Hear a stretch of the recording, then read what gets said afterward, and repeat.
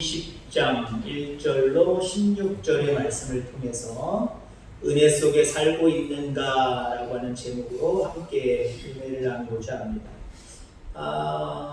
좀 옛날 화장실 여러분 기억나실 겁니다. 널판지 2개 쫙 깔아놓고 적당한 간격을 벌려놓고 좀 밑을 쳐다보면 위험하지, 더럽기도 하고 그거 상상하시면 됩니다. 점심 전까지만 상상하세요.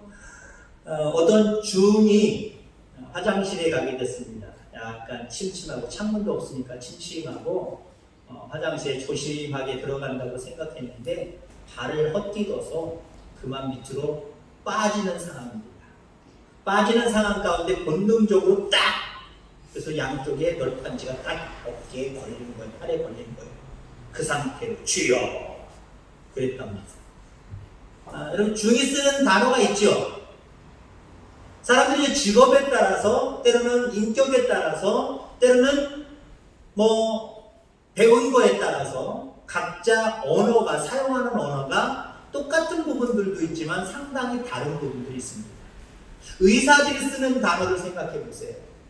TV에 간혹가다 의학 드라마 나오잖아요.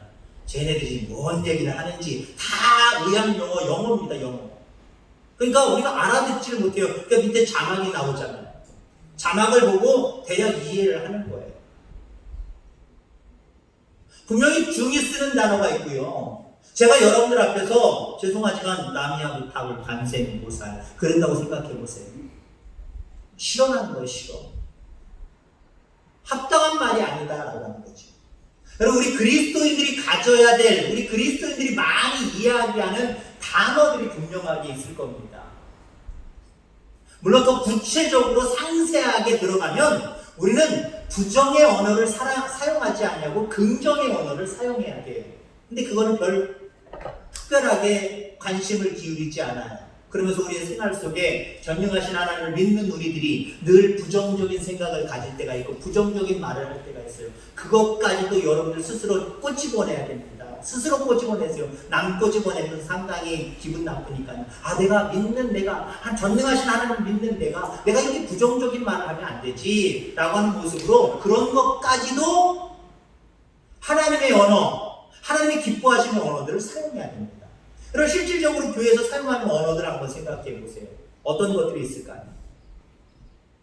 기도할 때 아멘, 주여, 서로 사랑합시다, 사랑, 평강, 또 뭐가 있죠? 뭐가 있을까요? 할렐루야. 할렐루야. 딱 제목 보면은 막 금방 생각나실 텐데 제가 필요로 하는 답을 좀 주셨으면 좋겠습니다. 은혜. 아이고 우리 장모님이 눈치가 빠르시네. 장모님 눈치를 보셨나? 아니면 다른 사람들 눈치를 보셨나? 눈치가 참 빠르세요. 교회에서 우리 믿는 사람들이 사용하는 단어 속에 은혜라는 단어 참 많습니다. 은혜라는 단어 참 많아요. 근데 중요한 것은요, 단어를 사용하느냐 사용하지 않느냐가 중요한 것이 아니라 제목의 말씀처럼 우리는 은혜 속에 살고 있는가, 그게 중요한 거죠. 은혜라는 단어를 많이 사용해도 은혜를 받고 은혜 속에 살지 못하면 소용이 없어요. 우리 그리스도인들이 말하는 사랑, 그리스도는 사랑이시잖아요. 주님은 곧 사랑이시잖아요. 하나님 곧 사랑이시잖아요. 우리가 사랑을 많이 선포합니다. 근데 우리가 사랑해야 된다라고 이야기하지만 실천이 없으면, 사랑 속에 살지 않으면 울리는 꽹과리와 같다고 고린도전서에는 말하고 있는 모습을 말합니다. 자, 이 은혜라고 하는 단어는요, 카리스라고 하는 단어로 값없이 주시는 선물입니다. 값없이 주시는 선물. 귀한 거잖아요. 그죠? 정말 내가 가질 수 없는 상황 속에서 하나님이 나에게 선물을 주셨다. 이건 대단히 귀한 거고요. 정말 너무 좋아도 너무 좋은 거예요. 자, 그렇다고 한다면 여러분 은혜 속에 살고 있습니까? 그 좋은 게 은혜인데, 값없이 주시는 선물이 은혜인데 그 은혜 속에 살고 있느냐라고 하는 거예요. 자, 그렇다면은 은혜가 뭔 줄 알아야 돼요. 이명 주사님, 은혜가 뭐죠? 내 딸이죠? 다음 주면은 이제 결혼하게 되는 우리 둘째 딸 은혜. 여기서 말하는 카리스마라는 거예요. 우리 집사님의 따님을 얘기하는 게 아니라 은혜가 도대체 무엇일까라고 하는 부분을 오늘 먼저 생각을 해보고자 합니다. 은혜는요, 왜라는 의문에 대한 답이 은혜예요. 여러분 삶을 살아가면서 왜라고 하는 질문 참 많이 하실 거예요. 특히 하나님에 대해서 하나님 왜? 라고 하는 질문을 상당히 많이 할 것으로 분명히 믿습니다. 오늘 본문에는요 16절 1절부터 16절까지 왜라는 단어는 한마디도 나오지 않아요. 근데 그 내용을 가만히 보면은요 왜라는 단어가 밑바탕에 무수하게 깔려있는 모습을 여러분들 발견하시기를 바랍니다. 11절 12절에 보니까 포도원 주인이 일꾼들을 데려다가 아침에 데리고 온 사람, 중간에 데리고 온 사람, 오후에 데리고 온 사람, 거의 끝날 때 데리고 온 사람들, 이 사람들을 통해서 일을 하는데, 자, 그들에게 품삯을 주는 모습을 보게 됩니다. 근데 11절 12절 먼저 온 사람들이 불평이 났습니다. 불만이 생겼어요. 그래서 질문을 합니다. 왜 품삯을 이렇게 주느냐? 우리는 종일토록 때와 끝에서, 예를 들자면 아침 정확하게 시작하는 시간은 없어요. 오늘 본문에 8시 정도는 될 거예요. 그 이전이면 이전이지 이유는 아닐 겁니다. 아침부터 와서 6시, 오후 6시까지 때와 끝에서 열심히 일했는데 한 달랍니다. 하루 품삯이라는 소리예요. 자, 본문에 또 보면은요 9분지어서 이야기를 하고 있어요. 제3시 9시입니다. 다른 사람들 제일 먼저 온 사람들보다 1시간 늦게 온 거예요. 그 다음에 제6시 이게 낮 12시입니다. 12시 일꾼들이 또 왔어요. 제9시 오후 3시입니다. 그 다음에 6절에 제11시 오후 5시에 왔어요. 오후 6시 정도에 일이 맞춰진 거예요. 근데 모든 사람을 다 똑같이 한 달러씩 주인이 줬습니다. 그러니까 먼저 온 사람일수록 좀 불만이 생긴 거예요. 불만이 생겨서 오늘 이야기합니다. 주인한테 얘기합니다. 왜? 저들은 5시에 왔는데도 1시간이라도 한 달란트인데 왜 우리는 그거보다 더 주지 않느냐는 거예요. 왜? 오늘 본문에 왜라는 단어 없다고 했어요. 근데 무수하게 지금 불만을 가지고 있는 일꾼들이 가지고 있는 말 단어가 지금 왜라는 단어예요. 직접적으로는 얘기를 하지 않지만 왜라는 단어를 지금 주인에게 지금 강력하게 말하고 있는 모습을 우리가 바라보게 된다라고 하는 거죠. 늦게 온 사람의 입장에서도 마찬가지일 겁니다. 9시에 온 사람, 12시에 온 사람, 3시에 온 사람, 특히 5시에 온 사람. 나 5시에 왔는데 어떻게 하루 품삯을 주지? 1시간 품삯을 줘야 되는데, 예를 들어 10만 원이다. 하루 일당이 10만 원이다. 그럼 나 만 원만 줘야 되는데 어떻게 10만 원씩이나 주셨지? 왜? 주인님 왜? 왜라고 하는 질문을 안 하지만요, 아마 5시에 온 이 사람들도 주인에게 왜라고 자꾸 외치고 있을 거예요. 여러분, 우리는 삶을 살아가면서 왜라는 외침 상당히 많이 해요. 왜라고 하는 외침을 상당히 많이 한다는 거예요. 재미교수 김춘근 박사님이라는 분이 있어요. 이분은 대략적으로 67년 정도에 미국으로 이민을 갑니다. 20대 중후반쯤 됐을 거예요.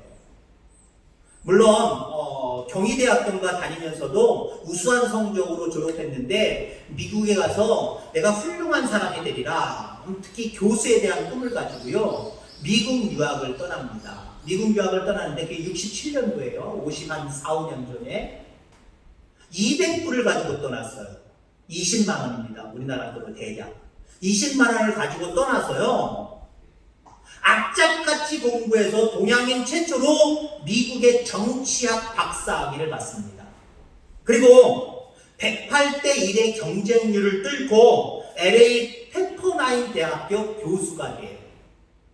거기에 2,000명이나 되는 교수들이 있는데 그 중에 최우수 교수상을 받습니다. 그리고 총장 후보에까지 올라가요. 젊은 나이에. 자, 그렇게 승승장구하면서 잘 나가고 있는데 그런 찰나 가난 판정을 받습니다. 그리고 실질적으로 가난의 중한 모습이 겉으로 드러나는데 자꾸 피를 토하면서 죽어가고 있는 거예요. 그때 그 교수님이 자기의 책에 첫 번째 질문을 합니다. 와인이라는 책이거든요. 이 책은 1999년도에 처음 나왔고 계속해서 지금 와인이 3까지 나왔어요. 그분이 거기서 두 가지 질문을 하는데 그 두 가지 질문이 와인이 왜 나에게 그 질문이거든요. 두 번 합니다. 바로 여기서 첫 번째 질문을 해요. 내가 여기까지 와서 젊은 나이에 모든 노력을 기울여서 박사학위를 받고 교수가 되고 총장의 후보까지 올라가는 상황인데 왜 여기서 나를 죽이시냐는 거예요. 와인이 왜 납니까? 라고 그 교수님이 외칩니다. 자, 그러던 중 하나님이 기적의 은혜를 베풀어 주셔서 깨끗하게 완치가 됐어요. 그리고 미국의 알래스카, 캐나다 위쪽에 있는 추운 얼음으로 뒤덮인 그 주로 가서 주립대학 교수가 됩니다. 스카우트인 거예요. 거기서도 또 교수상을 받아요. 그리고 10년 동안 주지사의 경제국제무대 특별 고문을 지납니다. 10년 동안. 그러면서 큰 업적을 세우는데 그가 특별 고문이 된 이후로부터 알래스카 주가 300% 이상 경제가 성장해버립니다. 3배 이상 경제가 성장해버려요. 그래서 특별 훈장까지 받습니다. 그리고 나중에 이 교수님이 이쪽 LA 쪽으로 넘어오셔서 1993년도 미주 한인 크리스천 운동, 다시 말해서 북미주 예수 대각성 운동 JAMA 운동을 펼칩니다. 그래서 우리 그리스도인들이 다시 한번 부흥의 각성 운동을 벌여서 세계를, 특히 미주를 복음화시키자, 이런 모습으로 복음화 운동을 펼쳐요. 이런 상황 가운데 그 교수님이 두 번째 그 책에서, 와인이라고 하는 책에서 또 하나님 앞에 질문합니다. 왜 납니까? 많고 많은 사람 중에 왜 나를 선택하셔서 한 주의 경제를 이렇게 끌어올리게 하시고 또 훈장도 받게 하시고 왜 나 같은 사람을 선택하셔서 이 미주를 변화시킬 복음화 운동을 나를 통해서 왜 하시는지, 우리 하나님 대단하시다. 왜 나지? 하나님, 와인이 왜 납니까? 라고 두 번째 질문을 던집니다. 자, 그러면서 그 교수님이, 그 박사님이 하시는 소리가 있어요. 와인이라고 하는 것을 하나님 앞에 외치면서 그것에 대한 답은 바로 하나님의 은혜였다 라고 고백을 합니다. 여러분, 그렇습니다. 모든 것들이 다 하나님의 은혜예요. 이 교수님으로 얘기하면 가난의 판정을 받고 죽어가는 그 모습 속에서도 자기는 부정적인 모습으로 왜 납니까? 라고 얘기했지만 그때도 하나님의 은혜는 나에게 있었다는 거고요. 나를 들어서 그렇게 뛰어나게 활용하시는 그 모습 속에서 많고 많은 사람 중에 왜 나지요? 라고 질문하면서 그가 얻은 대답은 하나님의 은혜였구나. 여러분들은 삶을 살아가면서 와인이 왜 납니까? 왜를 자꾸 한번 외쳐보시기 바랍니다. 외치면서 여러분들이 주어지는 정답은 그거여야 돼요. 나된 것은 하나님의 은혜입니다. 하나님의 은혜였구나. 이걸 깨달으시길 바랍니다. 여러분, 그렇습니다. 하나님의 은혜는 무엇이냐? 내가 왜? 라고 하는 질문에 대한 대답으로 주시는 게 바로 은혜예요. 이거 하나님의 은혜로 설명할 수 없다. 다른 걸로 설명할 수 없다. 오직 하나님의 은혜로만 설명되어진다. 그게 바로 하나님의 은혜입니다. 자, 두 번째로 은혜란 무엇일까? 불구하고가 은혜입니다. 불구하고. 오늘 본문에 역시 불구하고라는 단어는 나오지 않습니다. 자, 그런데 그 불구하고라는 의미가 강하게 오늘 본문 속에 많은 사람들에게 내포되어 있다라는 거예요. 하루 종일 일거리가 없어서 말 그대로 놀고 있다가 1시간 일하였음에도 불구하고 하루 품삯을 받았어요. 3시에 온 사람들은 겨우 3시간밖에 일하지 아니하였음에도 불구하고 하루치 품삯을 받았어요. 12시에 온 사람, 9시에 온 사람, 완벽한 하루를 일하지 않았음에도 불구하고 하루 품삯을 받았어요. 불구하고. 하나님의 은혜는요, 불구하고예요. 여러분들, 내가 노력한 대로 나는 얻어서 지금 살아가는 거다. 노력한 만큼 내가 내 힘으로 살아가고 있는 거다. 라고 이야기할 수 있어요. 아마 많은 경우 내가 애쓰고 노력하고 힘을 기울인 것보다 더 많은 것들을 누리고 살아가는 여러분들의 모습을 발견할 겁니다. 그게 바로 하나님의 은혜인 줄 기억하길 바랍니다. 어떤 사람들은 얘기해요. 야, 너희들 왜 주인이 얘기하는 거예요? 포도원 그 주인이 얘기하는. 너 왜 아직도 놀고 있니? 놀고 싶어서 놀아요. 저는 직접적이진 않지만 간접적으로 주변에 몇 사람들이 있으셔서 그런 얘기를 들었어요. 인력시장. 도예지감 인력시장 곳곳에 있습니다. 인력시장 새벽부터 하루 일하려고 나오는 사람들이 상당히 많아요. 근데 거기 다 나간다고 다 일거리가 있어서 다 차출돼서 나가지 않습니다. 몸 좋고요, 기술 좋은 사람, 경력 있는 사람들이요, 바로바로 새벽부터 뽑혀나가요. 일당도 좋아요. 근데 시간이 걸수록 뽑히지 않는 사람들 어떤 사람들일까요? 경력도 없거니와 눈으로 볼 때도 죄송한 표현 비리비리하고 일도 제대로 못할 것 같은 사람들, 그런 사람들은요, 일꾼 뽑는 주인이나 관계된 사람들이 와서 제끼는 거예요. 당신 타 그러고 데려간대요. 여러분들, 오후 5시까지 가만히 있는 사람, 이 사람들 노는 사람이에요. 지금 가슴이 찢어지는 사람이에요. 식구들 먹여야 되는데 오늘도 일당 헛쳤다. 그러면서 지금 어떻게 할까 걱정하는 사람들이에요. 사실 놀고 있는 사람들 아니에요. 근데 포도원 주인이 와서 당신 1시간 남았지만 우리 포도원 가서 일하자! 데리고 가는 거예요. 얼마나 감사해요. 오늘날 얘기면 10,000원만 벌어도 얼마나 감사해요. 근데 그럼에도 불구하고 10만원 줬단 말이에요. 하루 일당 줬단 말이에요. 말 그대로 그럼에도 불구하고죠. 여러분, 그렇습니다. 하나님은 우리가 힘쓰고 애쓰는 것보다도 더 많은 것들을 우리에게 허락하십니다. 그럼에도 불구하고 제가 찬양 요즘 듣는 것 중에 이 찬양이 있습니다. 전주를 안 해주시면, 반주를 안 해주시면 제가 잘 못 부릅니다만은 그럼에도 불구하고, 찬송가 제목이 그럼에도 불구하고예요. 마음속에 어려움이 있을 때 이렇게 시작하는 거예요. 그럼에도 불구하고 날 사랑하시는.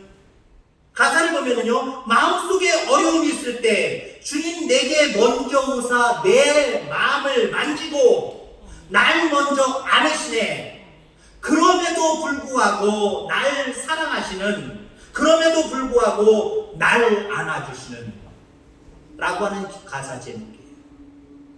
여러분들, 하나님이 나에게 오셔서 내 마음을 어루만져 주시고 나를 안아주시고 나를 인도하시고 나를 이끌어 주실 그런 능력, 그런 공력이 우리에게 있습니까? 나는 내 믿음이 좋아서 하나님 이렇게 축복하시는 걸 장담할 수 있는 분들이 있어요.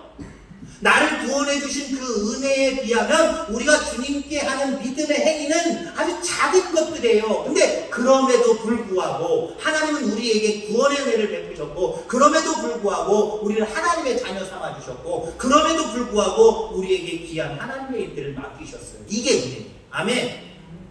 여러분의 삶의 주변을 살피면서 그럼에도 불구하고 주신 것들이 무엇인가? 그거 하나님의 은혜예요. 이 은혜에 감사할 수 있는 저와 여러분들 다 되기를 주의 이름으로 축원합니다. 마지막으로, 그럼 하나님의 은혜가 무엇일까? 하나님의 뜻대로가 이게 은혜예요. 8시에 온 사람 불평불만이 많은 거예요. 5시에 온 사람 보니까 야, 하루 일당 10만원 주네? 근데 3시에 온 사람도 10만원? 12시에 온 사람도 10만원? 처음에는 기대를 많이 했을 거예요. 5시에 오후 5시에 온 사람들이 10만원 받으니까, 야, 나는 8시간 일한 걸로 치면은 한 8배는 더 주시겠지. 그럼 한 80만원 줄래나? 제 계획이 그래요. 제 생각은 그래요. 한 80만원 줄래나 보다. 기대가 있었어요. 근데 3시에 온 사람도 10만 원 주니까 좀 기대가 조금 꺾였어요. 그럼에도 불구하고 그 사람들은 어떻게 그래도 8시간이 됐는데 고기 5시간, 5시, 3시에 온 사람들 거기서 고기니까 그렇게 줬겠지. 근데 12시에 온 사람들은 10만 원 줘요. 9시에 온 사람들은 10만 원 줘요. 8시에 아침부터 일찍 와서 태양의 빛을 다 받으면서 땀 흘려서 일했던 사람들도 10만 원 줘요. 불평이 나겠어요, 안 나겠어요? 왜? 우리는 떼학볕에서 하루 종일 땀 흘리면서 열심히 일했는데 저 사람도 10만 원이요, 나도 10만 원이요, 저 사람도 하루 일당이요, 나도 하루 일당이요. 이거 불공평하다. 그때 주인이 뭐라고 얘기했어요? 너 처음에 아침에 데려올 때부터 너가 나랑 약속했잖아. 하루 일당으로 약속했잖아. 하루 일당 나한테 약속한 대로 줬고 다른 사람들 주는 건 내 맘이야, 내 뜻이야 라고 지금 주인이 얘기를 하고 있어요. 약속은 지킨 거예요. 8시 온 사람들, 9시 온 사람들 약속은 지킨 거예요. 할 말 없는 거예요. 하나님 뜻대로 하는 거예요. 하나님 뜻대로. 근데 여러분 중요한 게 있어요. 여러분 이 세상 살아가면서 내 뜻대로 살아가는 것과 하나님의 뜻대로 살아가는 것, 오히려 어떤 경우에는요 내 뜻대로 살아가는 게 확실한 것 같고요 손해 안 보는 것처럼 느껴져요. 여러분 착각하지 마시기 바랍니다. 사탄이 이거 착각 일으키게 만들어. 야, 너 하나님한테 맡기면 오래 걸려. 하나님 네 기도 들어주겠니? 아니 오래 걸려. 안 돼. 네가 집중해. 네 생각대로 해. 네 뜻대로 해. 그럼 그게 더 편한 것 같아. 더 확실한 것 같아. 아니요. 이 세상 살아가면서 내 뜻대로 말고 하나님 뜻대로 하면 내가 생각하고 내 뜻대로 한 것보다 더 잘 되는 역사가 있음을 기억하시기 바랍니다. 그게 하나님의 은혜예요. 내가 생각하는 대로 내 뜻대로 해서 내 생각대로 요만큼 얻었다, 요 정도의 결과물들이 있다, 이거 은혜 아니에요. 이거 은혜 아니에요. 근데 내 뜻을 버리고 하나님의 뜻대로 하나님이 급부시게 하는 모습대로 행했더니 하나님 이렇게 되게 하셨다. 이게 은혜예요. 근데 이렇게 되게 하신 그 모습이요 다르다니까요. 다르다니까요. 오늘 제가 잠언서 3장의 말씀을 묵상 기도할 때, 처음에 예배 시작할 때 봉독해 드렸습니다. 내 재물과 내 소산물의 처음 익은 열매로 여호와를 공경하라. 아니 힘들어서 벌은 내 물질을 다는 아니지만 그 중에 일부를 하나님 앞에 드리래요. 인간적인 생각, 인간적인 개인적인 생각으로 개인적인 뜻으로 벌어보면 이거 손해잖아요. 근데 다음에 제가 그런 말씀을 읽었죠. 그리하면 내 창고가 가득히 차고 내 포도즙 틀에 새 포도즙이 넘치리라. 이게 은혜라니까요. 내 뜻대로는 절약하려고 하고 내 뜻대로는 궁색하려고 하고 내 뜻대로는 이기적인 욕망을 가지고 하나님 앞에 내어놓지 않으려고 해요. 굳이 하거나 이런 선한 일을 하지 않으려고 해요. 내 뜻은 이렇게 하면 손해봐, 이렇게 하면 안 돼. 그리고 내 뜻은 늘 나를 위한 삶이에요. 나를 위한 삶이기 때문에 그게 현명하게 느껴진다니까요. 그게 똑똑하게 느껴진다니까요. 근데 넘치도록 하나님이 주시는 이 은혜를 누리지는 못해요. 근데 어떻게 해요? 내 처음 익은 그 곡식을, 그 모든 것들을 하나님 앞에 드리라고 이야기를 하잖아요.